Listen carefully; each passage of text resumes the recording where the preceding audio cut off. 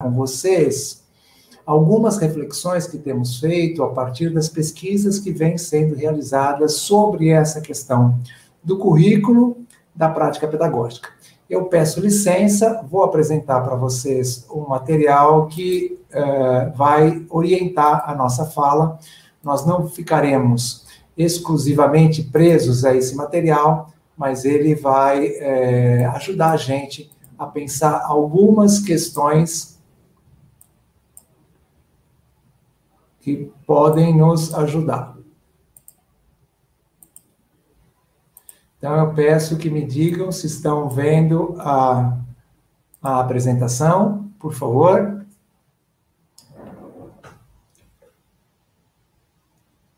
Alguém pode me dizer se está vendo a apresentação?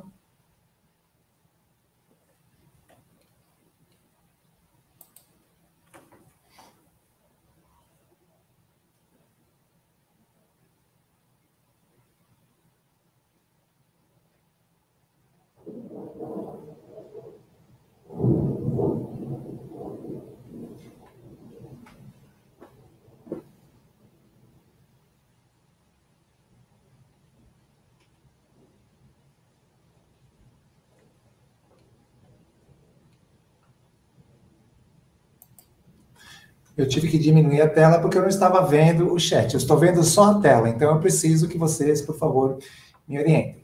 Então, este é o tema da nossa mesa, né? Saberes e currículos nos processos educativos. E nós vamos conversar com vocês sobre uma perspectiva curricular específica, que é aquela que vem se tornando bastante discutida, bastante questionada, bastante problematizada, mas chamada currículo cultural.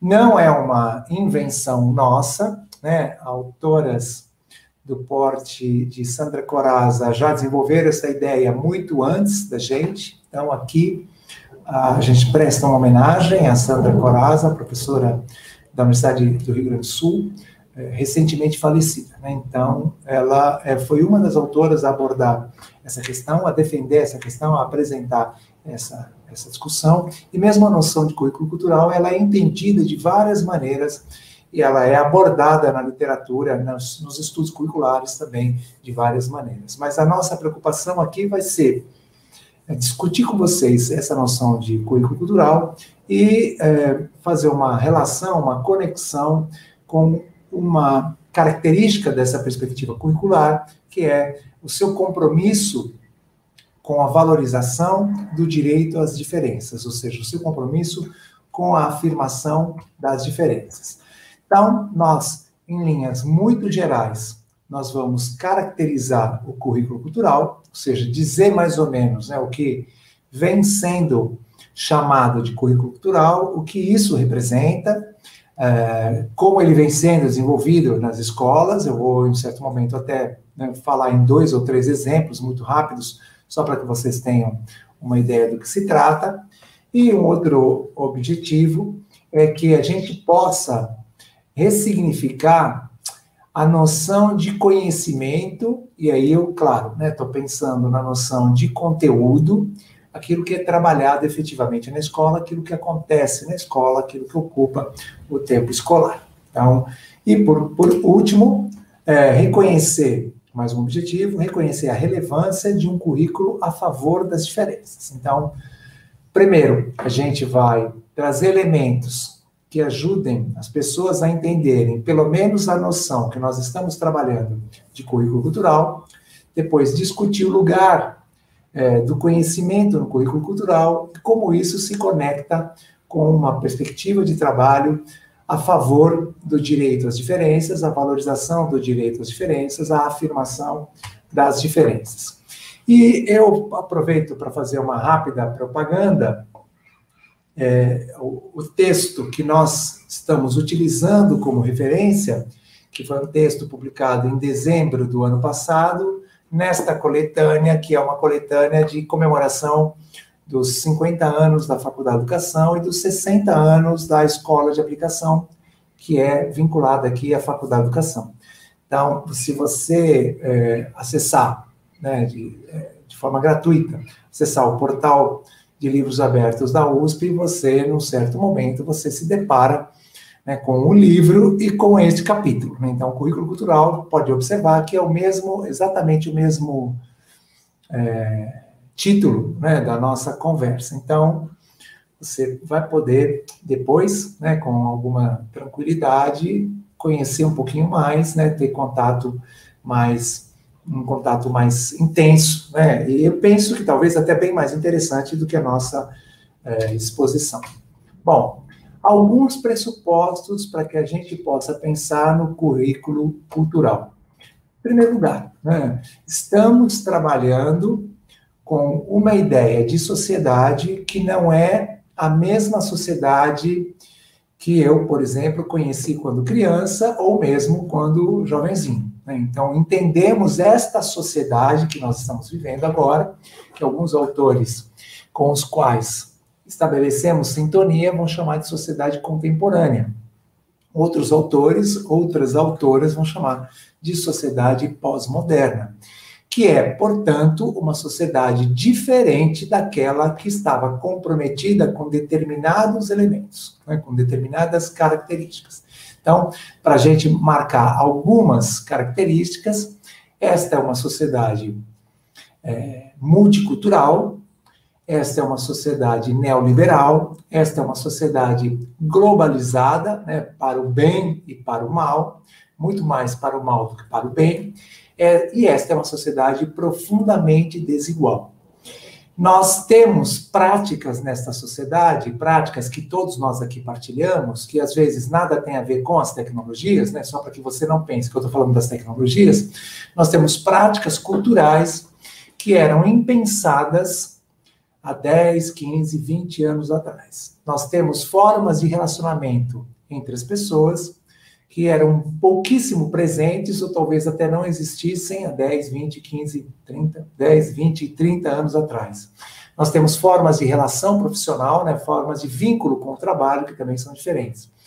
Em momento nenhum eu estou dizendo que agora é melhor do que antes ou que antes era melhor, né, do que agora.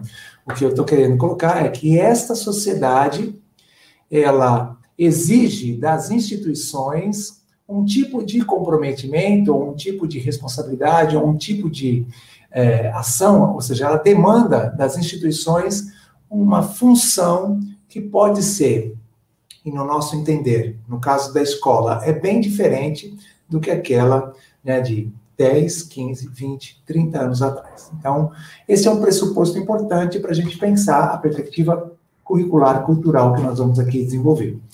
Um outro pressuposto importante que nós estamos trabalhando, vocês perceberam aí na apresentação que a professora fez, nós estamos trabalhando a partir da teorização pós-crítica. Então, e aqui um alinhamento com a obra de Tomás Tadeu da Silva, talvez a obra mais conhecida de Tomás Tadeu da Silva, Documentos de Identidade, uma introdução às teorias do currículo, e também um alinhamento com a obra Teorias do Currículo, de Alice Casimiro Lopes e Sandra Corazza. Especificamente, essas duas autoras, elas desenvolveram muito mais esse conceito, né, essas noções de teorias pós, e como elas vão influenciando os estudos curriculares e também os currículos realizados nas escolas, elas desenvolveram várias outras obras. Né? Então, você encontra hoje, no campo dos estudos curriculares, um debate, vamos dizer assim, bastante aprofundado dessas questões. Né? Ou seja, algumas obras se detendo muito mais no campo do pós-estruturalismo, outras obras mais voltadas para os estudos culturais, outras obras como os trabalhos da professora Vera Maria Candu e uma parcela dos trabalhos do professor Antônio Flávio Barbosa Moreira, dois nomes muito respeitados no campo dos estudos curriculares, bem mais alinhados ao debate do multiculturalismo crítico, e assim sucessivamente. Né? Então, dentro do Brasil ou fora do Brasil, você tem uma reflexão sobre currículo e com efeitos na produção de documentos curriculares, ou seja, com efeitos nas políticas públicas e também com efeitos nas escolas e na prática pedagógica, na sala de aula, sempre a partir, claro, estou dizendo, a partir das teorias pós-críticas e como isso aí vai impactando as experiências curriculares.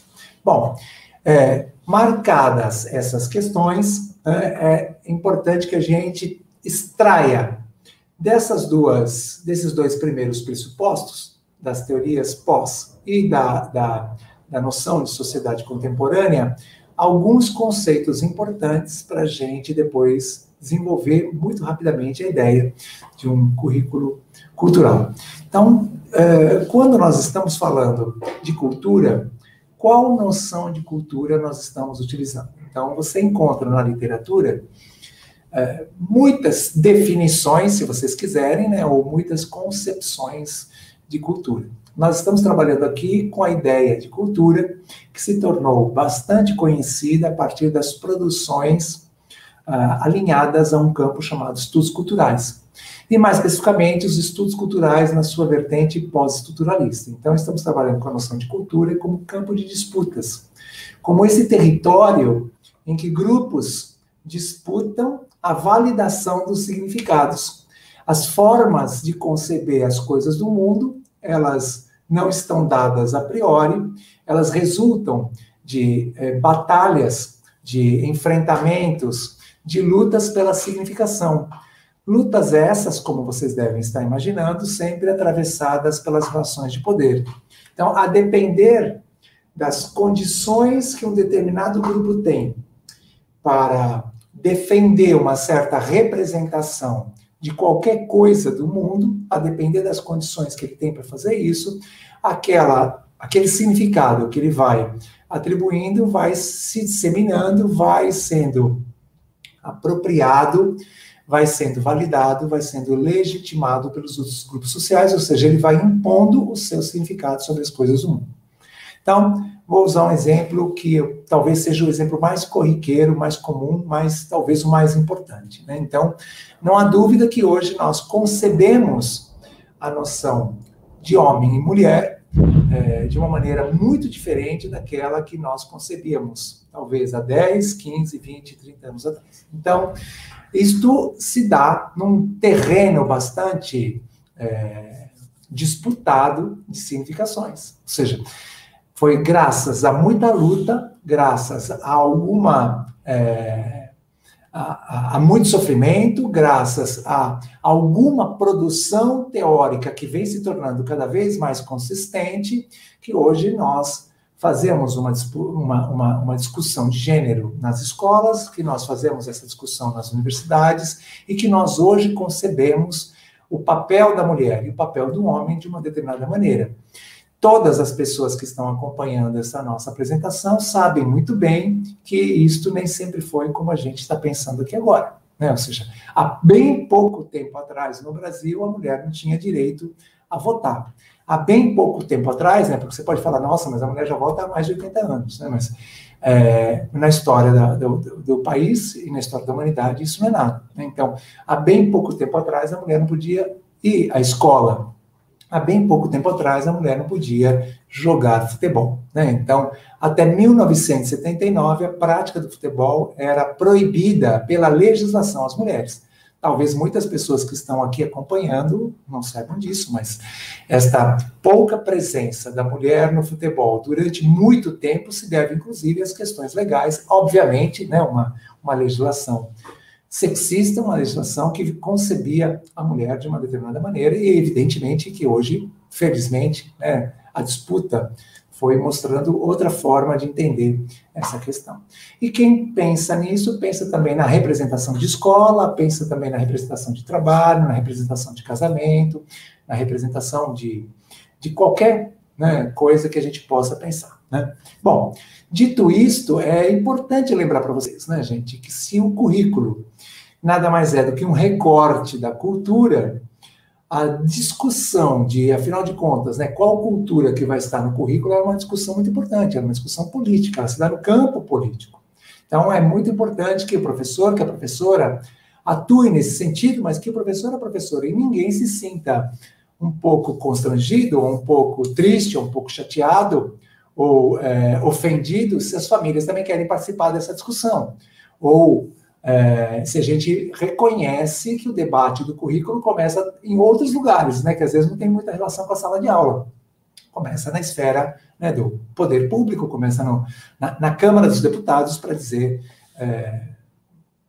para apontar um lugar onde esse debate está sempre acontecendo. Então, Sempre que há uma mudança na LDB, essa é uma mudança que foi resultado de uma série de discussões, de uma série de debates que antecederam aquela alteração e que muitos setores da sociedade participam. Né? O mercado participa, o mundo o empresariado participa, a igreja participa, os setores, né, que estão, os grupos representados no Congresso Nacional participam de várias maneiras, etc. Então, cultura não é nada, né? Cultura aqui não tem nenhuma relação com aquela noção que a gente aprendeu em algum lugar, que o papel da escola era a transmissão da cultura historicamente acumulada. Ou seja, não é dessa maneira que nós estamos pensando. Todas as crianças, jovens, adultos e idosos, quando entram na escola, eles são possuidores dos seus repertórios culturais, e é claro que na escola isso vai chocar com aquelas culturas que lá estão ou com aquelas culturas que lá são valorizadas. Se nós já anunciamos que estamos trabalhando a partir dos estudos culturais na sua vertente pós-estruturalista, é evidente que nós estamos trabalhando com uma noção de linguagem muito diferente do que aquela que está tão presente em muitos programas de formação de professores, que é uma noção de linguagem muito influenciada pela psicologia. Nós aqui estamos trabalhando com a noção de linguagem como produtora da realidade. Então, na medida em que você vai narrando as coisas do mundo, na medida em que determinados grupos definem os significados das coisas do mundo, estes grupos estão, na verdade, produzindo aquelas coisas a partir dos seus referenciais. Vamos voltar ao exemplo. Na medida em que eu vou, enquanto estudante da graduação, enquanto professor recém-formado, enquanto professor com muitos anos de formação, eu vou interagindo com discursos que vão produzindo uma ideia de mulher, uma ideia de feminino, uma ideia de sexualidade, uma ideia de gênero, uma ideia de valor, de várias maneiras, eu vou, na verdade, acessando e vou produzindo essas coisas com base nesses discursos que narram as coisas do mundo. Então, se a gente tomar um exemplo, eu usei uma palavra antes, né, que é uma palavra muito, muito, muito conhecida, e eu tenho certeza que a maioria de nós partilha os significados que hoje são atribuídos pelos meios de comunicação, sobretudo aqueles controlados por certos grupos, quando a gente pensa mercado. Né? Então, quando eu penso mercado, muitas pessoas têm até um olhar positivo para a influência que o mercado tem, que o livre mercado tem, né? Que o mercado tem no nosso cotidiano. Ah, mas isso é uma disputa de mercado. Ah, mas isso é o mercado que vai dizer. Ah, mas isso é determinado pelo mercado. Né? Ou seja, essa noção de livre concorrência, essa noção de meritocracia, tudo isso é uma produção da linguagem, e nós vamos nos apropriando desses conceitos, dessas formas de entender o mercado, e nós vamos, portanto, lidando com a nossa vida concreta, a nossa vida real, a partir dessas noções que são produzidas discursivamente. Isso não significa, como as pessoas que discordam do que eu estou colocando, às vezes gostam de dizer, né? Isso não significa que as coisas não existem materialmente, elas existem materialmente. Né? Então, eu estou aqui numa cadeira, isso aqui é uma mesa, se eu atravessar a rua, estou usando um exemplo bem conhecido que vocês acham facilmente na internet. Se eu atravessar a avenida, sem prestar atenção, vou ser atropelado, né? Agora, aquilo que eu penso das coisas do mundo, como eu concebo as coisas do mundo, e como eu concebo todos os exemplos que eu dei para vocês, agora que eu apresentei para vocês, isso é uma produção da linguagem. Então, é nesse sentido que a linguagem dá materialidade às coisas. As coisas têm materialidade, mas na medida em que existe cultura e que a gente pode dizer que aquilo é garrafa, que aquilo é automóvel, que aquilo é cadeira, e assim sucessivamente. E ainda bem que a gente partilha os significados dessas coisas, porque eu estou usando uma linguagem que vocês conseguem reconhecer e que vocês conseguem entender o que eu estou falando. Né? Bom, dito isto, nós temos que pensar cada vez melhor no que nós estamos chamando de conhecimento, né? Porque mesmo a ideia de conhecimento, ela está em disputa. E às vezes nós aqui, estou colocando em circulação, né, falando o significante, né, está saindo aqui da minha boca, né, o significante conhecimento, mas eu não tenho dúvida que nós estamos entendendo o conhecimento de maneiras muito distintas. Então, a partir da teorização pós, o conhecimento é o resultado do encontro, o conhecimento é exatamente onde se dá a disputa. O conhecimento é aquilo que resulta das relações de poder. Então, acho que algumas de vocês estão reconhecendo que eu estou bastante influenciado pelas ideias de Michel Foucault nessas questões que eu estou colocando agora aqui para vocês, né, nesse momento. Então, como é que o Michel Foucault entende o conhecimento? Né? O conhecimento acontece agora, mas não o que está saindo da minha boca. O que resulta daquilo que vocês estão entendendo quando se encontra com o que eu estou emitindo. Então, isso é o conhecimento. Né? Então, há aqui uma organização do discurso que eu estou elaborando para me fazer entender a partir de linguagem, né? A partir da linguagem, a partir de tudo que eu já vi, estudei, acessei, li, vivi na escola, etc. Ou seja, tudo isso me permite organizar a ideia, colocar a ideia para vocês, mas isso não significa nada se não encontrar outras pessoas com outros repertórios e que essas ideias se choquem. Então, alguém deve estar concordando, alguém deve estar discordando, alguém deve estar distorcendo, né, positivamente falando, alguém deve estar ressignificando, alguém deve estar acomodando esta discussão de uma maneira muito diferente daquela que eu estou colocando. Então, é disso que nós estamos falando. Então, todas as crianças, quando elas falam na sala de aula, quando elas se movimentam na sala de aula, quando elas fazem uma atividade na sala de aula, tudo aquilo é conhecimento. Tudo aquilo é conhecimento. Então, não existe uma outra maneira não existe uma outra maneira de estar na escola que não seja atravessada pelo conhecimento. Tudo isso é conhecimento. Acontece é que aquela escola da modernidade, né, aquela escola que não é esta escola que nós temos agora, né, aquela escola da modernidade, ela se acostumou a chamar de conhecimento só aquilo que estava legitimado por um determinado grupo social. Tudo aquilo que também acontecia na sala de aula e que também era importante para a vida de todas as pessoas, aquilo às vezes não era tratado como conhecimento. Então, não há dúvida que a escola está lá para também garantir o acesso a outros significados, a outros conhecimentos que não são aqueles conhecimentos que as pessoas possuem. Mas todo mundo aqui que tem alguma experiência de sala de aula sabe muito bem que o professor está trabalhando, a professora está trabalhando um determinado assunto e o que as crianças estão vendo daquilo, entendendo daquilo, ou se apropriando com relação àquilo, é bem diferente daquilo que ele está falando, né? Ou é bem diferente daquilo que ele está abordando, é bem diferente daquilo que ele está trabalhando. Então, gente, o conhecimento da sala de aula é muito mais amplo do que aquele que o professor, que a professora estão escolhendo para abordar naquele momento. Tudo bem? Bom, dito isto, um outro pressuposto importante é que nós estamos trabalhando aqui a partir da noção de diferença que é discutido numa parte das teorias pós, né? Não, nós temos alguma afiliação teórica com a noção de diferença cultural. Então, o que seria a noção de diferença cultural?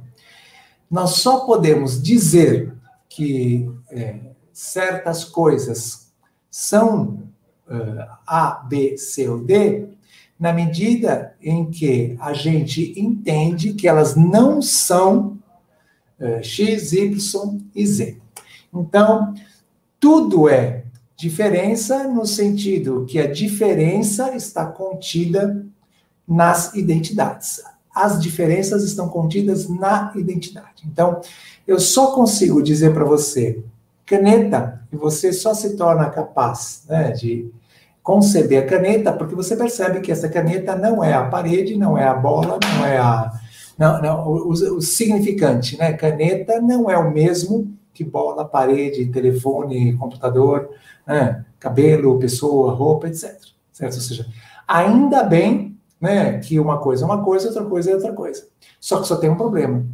Há um conjunto de significados que são atribuídos àquilo que nós aprendemos a chamar de diferença e que normalmente são produções negativizadas, produções, vamos dizer assim, de forma bastante pejorativa. Então, se você lembrar que a diferença está contida em todas as coisas, na verdade, ao dizer alguma coisa, você está dizendo também aquilo que ela não é.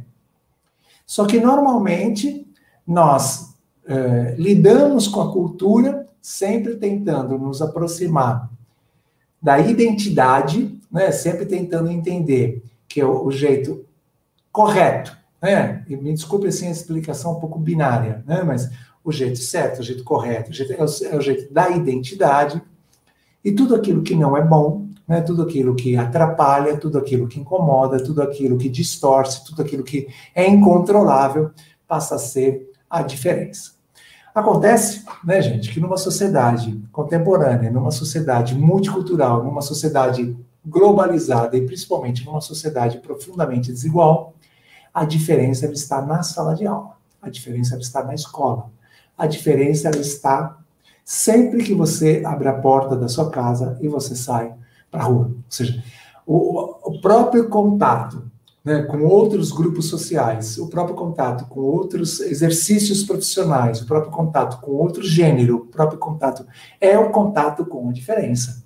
Então, se nós defendemos uma sociedade menos injusta, se nós defendemos uma sociedade democrática, se nós defendemos uma sociedade em que todas as pessoas têm direito a acessar a cultura pública, nós temos que aprender a viver, a conviver, né, e a produzir junto com as diferenças. E todos nós aqui, todas as pessoas que estão acompanhando, já viveram, e algumas mais, outras menos, a condição de diferença o tempo todo. Talvez algumas menos em função das vantagens sociais acumuladas pelo grupo que você representa. Então é óbvio que a maioria de nós aqui, todos nós, né, imagina, a maioria de nós, né, de classe média, todos nós aqui com nível superior, etc., eu imagino que todos nós, então, partilhamos de alguma vantagem num certo momento. Mas talvez muitas pessoas que estão aqui nos acompanhando, em grande parte da sua vida, estão ocupando o lugar da diferença e são produzidas como diferença, são produzidas negativamente e padecem e sofrem e têm as suas vidas restringidas, têm as suas vidas, inclusive, às vezes, ceifadas, têm as suas vidas, às vezes, atacadas. Então, viver a diferença, gente, é algo tremendamente difícil. Por isso mesmo que a gente precisa pensar num currículo que afirme o direito às diferenças, um currículo que valorize as diferenças. Nós nos acostumamos, né, a educação da maneira como a gente conhece hoje, a educação básica como a gente conhece hoje, tem muitos séculos, e nós nos acostumamos a uma educação que valoriza, que potencializa, que incentiva a identidade. E ela vai apagando, ou retirando, ou excluindo, ou eliminando, ou extinguindo a diferença. E nós aqui estamos defendendo com o currículo cultural algo bem diferente. Bom, portanto, como fazer um currículo cultural, né, que eu acho que é o que vocês devem estar aí bastante preocupadas e bastante preocupados.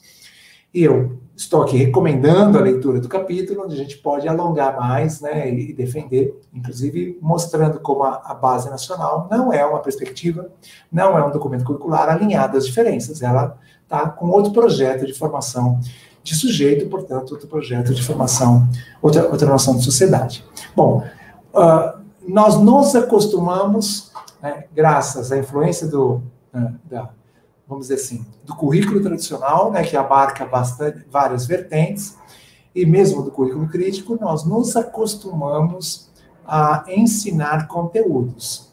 E eu estou aqui defendendo que no currículo cultural nós tematizemos as práticas sociais. Ou seja, o professor e a professora, eles vão selecionar não conteúdos a serem ensinados, mas práticas sociais a serem tematizadas. Então, vou colocar um exemplo. Imaginemos que o professor e a professora vão tematizar a vacinação. que o professor e a professora vão tematizar protocolos protocolos sanitários, né? É claro que eu estou colocando um exemplo bem contemporâneo e bem atual. Então, esse professor e essa professora, ao tematizar, ao transformar em tema uma prática social como vacinação, ele vai desenvolver várias situações didáticas que permitam às crianças, jovens, adultos e idosos que frequentam a educação básica ter uma leitura cada vez mais elaborada, ter uma leitura cada vez mais elaborada das práticas de higienização que os vários grupos sociais adotam e que, nesse momento de pandemia, uma certa concepção de higienização se faz diferente, se faz importante e é necessária.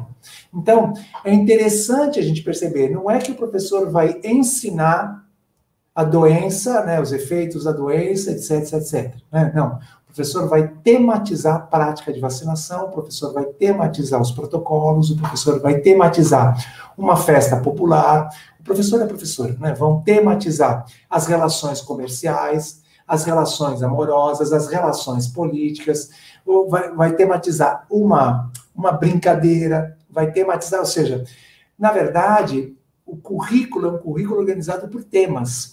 O currículo, ele parte de práticas sociais que existem. E ao existirem, elas precisam ser lidas e interpretadas.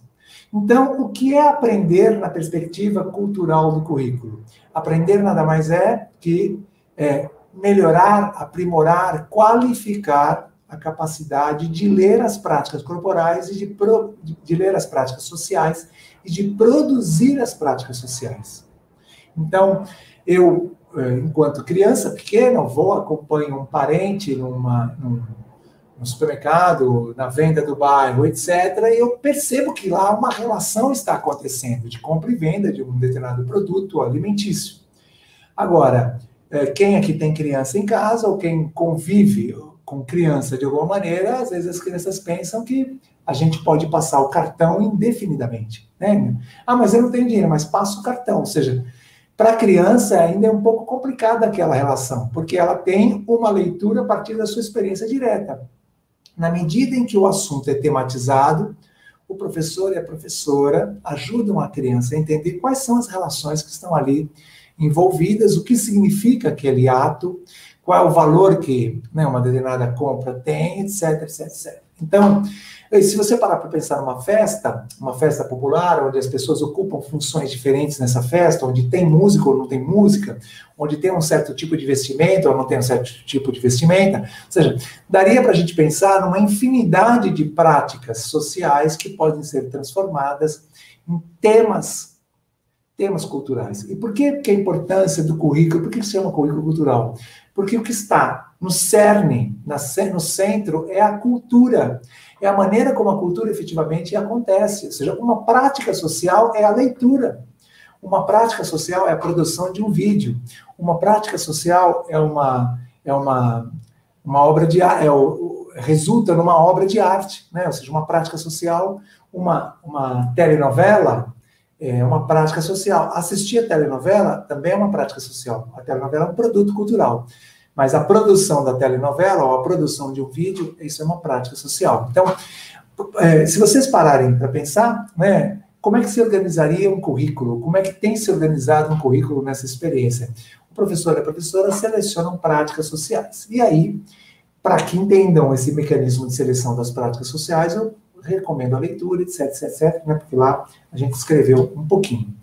E aí, claro, né, ao selecionar uma determinada prática social, essa prática social, ela partilha de determinados significados no seu grupo cultural e, às vezes, ela é vista com outros significados por outros grupos culturais.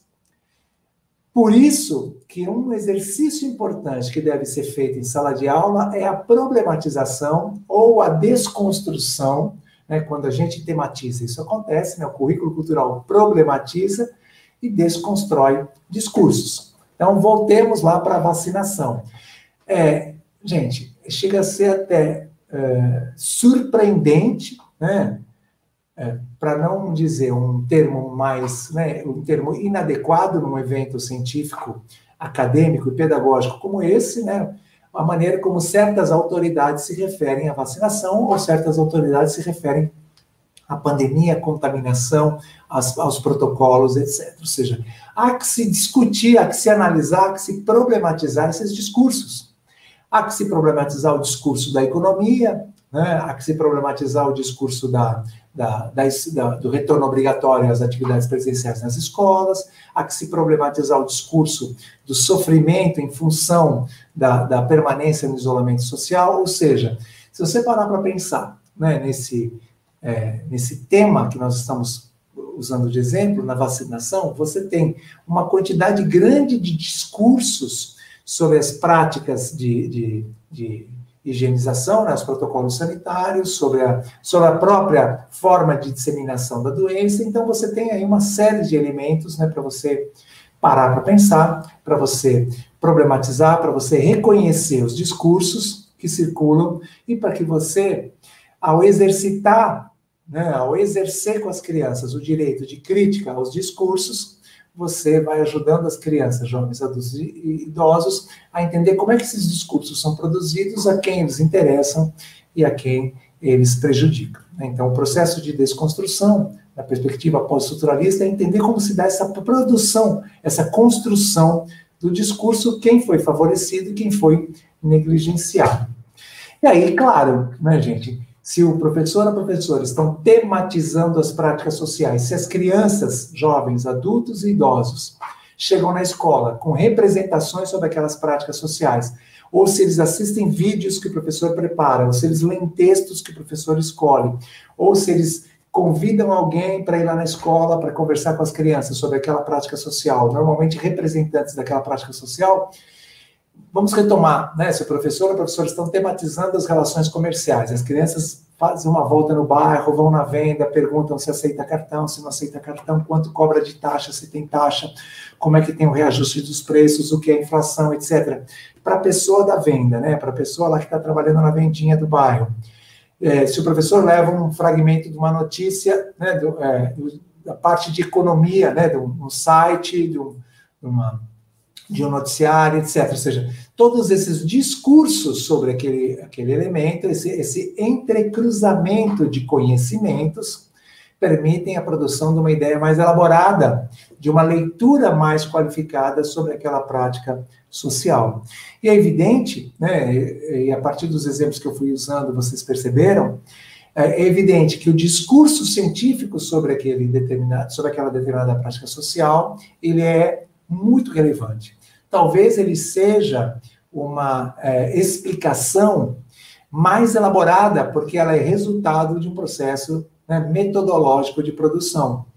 Mas a opinião que a pessoa tem sobre aquilo que ela ouviu, etc., não pode simplesmente ser esquecida. Por isso que a gente colocou problematiza e desconstrói. Não adianta nada, né? A pessoa tem uma certa representação sobre uma certa prática social, ela não pode manifestar essa representação, ela não pode vocalizar essa representação, ela fica com aquela representação, e aí a escola está anunciando as representações que ela não entende direito. Então, isso não muda o que a pessoa está pensando. Na medida em que a pessoa é levada a pensar por que ela está pensando daquela maneira, talvez ela possa entender que existem outras formas de pensar sobre aquela prática social e que talvez essas formas de pensar tenham mais lógica, sejam melhor organizadas, tenham mais conexão, sejam mais favoráveis à democracia, sejam mais favoráveis à participação de todas as pessoas, sejam mais benéficas para a sociedade, né? Então, se a gente retomar o discurso sobre a vacinação de certas autoridades, olha, como que uma autoridade pode defender que as pessoas não se vacinem, ou pode dizer que as pessoas não se vacinem, sendo que a vacinação ela é melhor, é a única maneira que nós temos de garantir uma proteção. Nós só vingamos, né, gente? Pelo menos até agora, como espécie, né, graças a mecanismos de proteção que a nossa espécie foi criando, né, os grupos criaram antes da gente, a vacina contra o tétano, a vacina contra o sarampo, contra a poliomielite, etc, etc, etc. Porque há 100, 200, 300 anos atrás, as pessoas morriam né, em grandes quantidades, cada vez, né, que se feriam ou cada vez que se contaminavam. Então, foi justamente essa imunização em massa que garantiu. Estou falando tudo isso, né, para tentar justificar o que não precisa ser justificado, né, porque pensar, né, que alguém defenda que as pessoas não se vacinem, isso pode ser, chega a ser, é um crime, né, para resumir. Bom, dito isto, nós só podemos dizer para vocês o seguinte, gente, pelo menos as experiências levam a entender isso. As experiências realizadas com a perspectiva cultural do currículo levam a gente a entender que trabalhar com diversas narrativas, garantir a leitura das práticas sociais, garantir conhecimentos que permitam uma leitura cada vez mais qualificada, as pessoas partilharem significados. E as práticas sociais, como eu exemplifiquei, sendo práticas sociais variadas, inclusive aquelas que são cultivadas pelos grupos minoritários. Então, se você, como vocês encontram facilmente bons materiais né, feitos nas escolas, se a professora da educação infantil está tematizando o jongo, a professora está dizendo, com aquela sua postura, que é pedagógica, mas que é política, que aquela prática social ela é muito relevante. Por isso que ela precisa ser compreendida pelas crianças, ela precisa ser vivenciada pelas crianças, precisa ser entendida pelas crianças. Se a professora tematiza a produção artística de várias mulheres e várias produções artísticas, aquilo está dizendo para aquelas meninas que estão na escola e para aqueles meninos que estão na escola que aquela produção é relevante, que as pessoas fizeram aquilo com determinados significados, etc, etc. Então, compara esses dois exemplos que são extraídos da realidade com a escolarização que eu tive no antigo primeiro grau. Eu não me lembro de ter estudado nenhuma artista mulher na escola, né, quando eu cursei lá na minha antiga primeira à oitava série e depois no chamado colegial. Não me lembro. E muito menos jongo. Então, se hoje essas práticas sociais, assim como literatura de cordel, assim como vacinação, assim como a produção de conhecimentos, assim como certas formas de escrita, etc, etc, quando tudo isso aparece na escola, nós estamos fazendo um currículo que diz que todas as práticas sociais são relevantes, que todos os grupos culturais, que todos os grupos sociais produzem cultura, e que essas culturas precisam ser compreendidas, lidas, valorizadas. Então, nós estamos fazendo uma perspectiva pedagógica, e é evidente que eu estou entendendo o currículo aqui como aquilo que acontece na sala de aula, que afirma o direito às diferenças. Então, se nós queremos uma sociedade menos autoritária, uma sociedade menos injusta, uma sociedade mais democrática, uma sociedade que a gente defenda o direito das pessoas acessarem vários bens culturais, nós precisamos urgentemente mexer nas políticas curriculares. E precisamos levar para dentro da escola práticas sociais que até então a escola fingia que elas não existiam. E isso, gente, para encerrar, isso não significa permanecer nessas práticas sociais, isso não significa que só isso vai ser estudado, isso não significa que só isso vai ser cultivado. Para que a gente não fique pensando que naquelas escolas frequentadas pelos grupos mais desfavorecidos, a gente só vai cultivar práticas sociais dos grupos desfavorecidos. Não é isso. Numa escola situada numa sociedade multicultural, você precisa trabalhar com repertórios culturais de vários grupos sociais, até mesmo daqueles grupos sociais que a gente não conhece. Então, era essa a minha apresentação. Eu agradeço muitíssimo a oportunidade, quero também aproveitar a oportunidade para me solidarizar com as famílias de mais de 230 mil pessoas que perderam suas vidas durante essa pandemia. Agradeço muito, estou ansioso para ouvir a contribuição da professora Carolina e também das pessoas que estão